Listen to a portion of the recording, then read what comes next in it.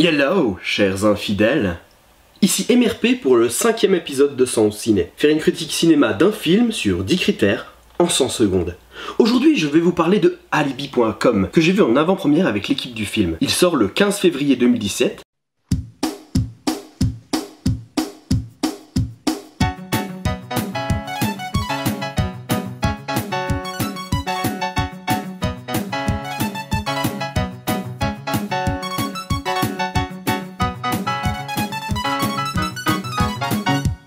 Est-ce que vous êtes prêts? Ça va commencer.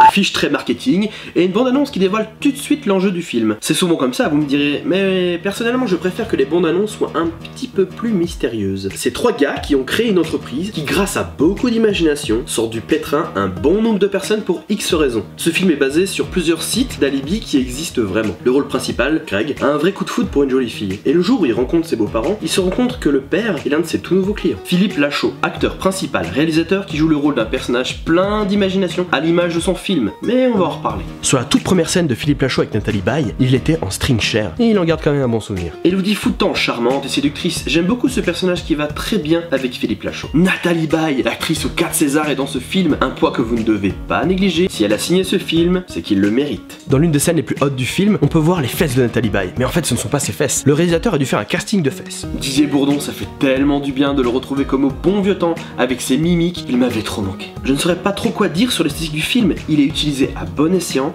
pour créer de nombreux univers dont le film s'est inspiré. Un rythme en dents de scie. Quand tout s'arrange, tout part en cacahuète, tout s'arrange, tout part en cacahuète, jusqu'à la fin. Rempli d'ingéniosité et énormément de clins d'œil, dont un que vous pouvez voir dès la bande-annonce avec Nathalie Baye. C'est rempli de ce genre de choses, avec des passages de Star Wars ou d'Assassin's Creed. Je vous en dis pas plus, mais c'est bien pensé et c'est bien fait. Je trouve peu de défauts à ce film. Je pense qu'il ne vous plaira pas si la comédie n'est pas votre tasse de thé. Ce film est rempli de beaux messages, ou pas, plein d'univers, de clins d'œil et un casting qui me fait du bien. Je sors du cinéma avec beaucoup de joie intérieure. Je me répète, mais si Nathalie Baye a accepté de jouer dans ce film, ce n'est pas pour rien. Il n'est pas juste drôle, il est beaucoup d'autres choses que je ne peux pas dire en 100 secondes.